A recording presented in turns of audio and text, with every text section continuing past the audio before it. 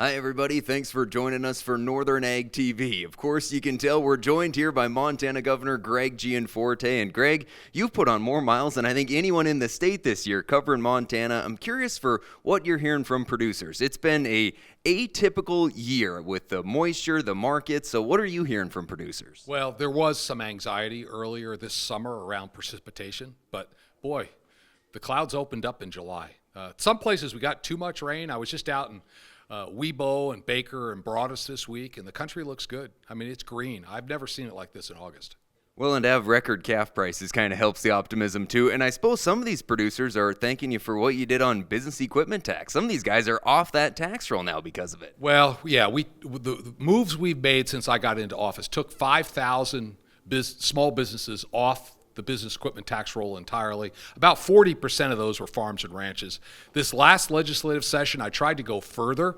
Of course, folks know we moved the exemption from $100,000 per farm and ranch up to $1 million. This last legislative session, in my State of the State, I challenged the legislature to send me a bill that would have raised the exemption to $3 million for every farm and ranch. And they introduced that bill. It got amended down, but ultimately it didn't pass. So we got to take another run at this. I don't think small businesses should pay a sales tax on everything they own every year. It's just not a fair tax, and we should get rid of it. Well, and we just know how much equipment it takes to run these farms and ranches, so we appreciate your efforts there. And then you're in Billings for the first annual Rodeo Billings event and really kind of celebrating the sport of rodeo in Montana. Well, we are, and I was really proud this last legislative session to sign a bill making rodeo the official state sport of Montana. And we'll be cutting a ribbon out there. It's great to have rodeo back outdoors in Billings.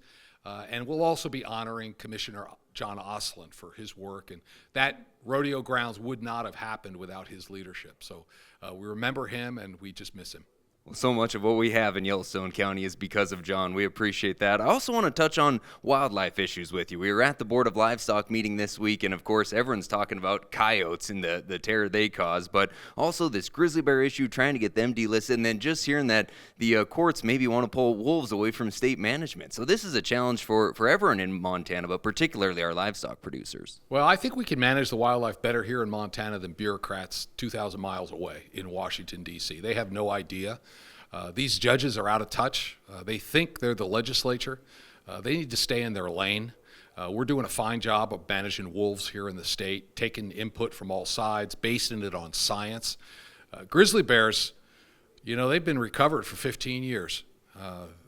Biologists told me that for 15 years, the grizzly bear population's been at the carrying capacity of the habitat. It's sort of like Hotel California. You can check out, but you can never leave. And we had a petition in the final hours of the Biden administration. They denied our petition to delist. I think it was a politically motivated decision because they weren't willing to look at the facts. It's about time that management of the grizzly bear gets transferred back to the state of Montana. We can do a fine job, just like we have with the wolves.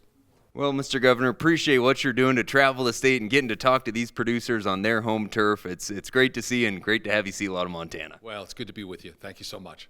For the Northern Ag Network, I'm Coulter Brown.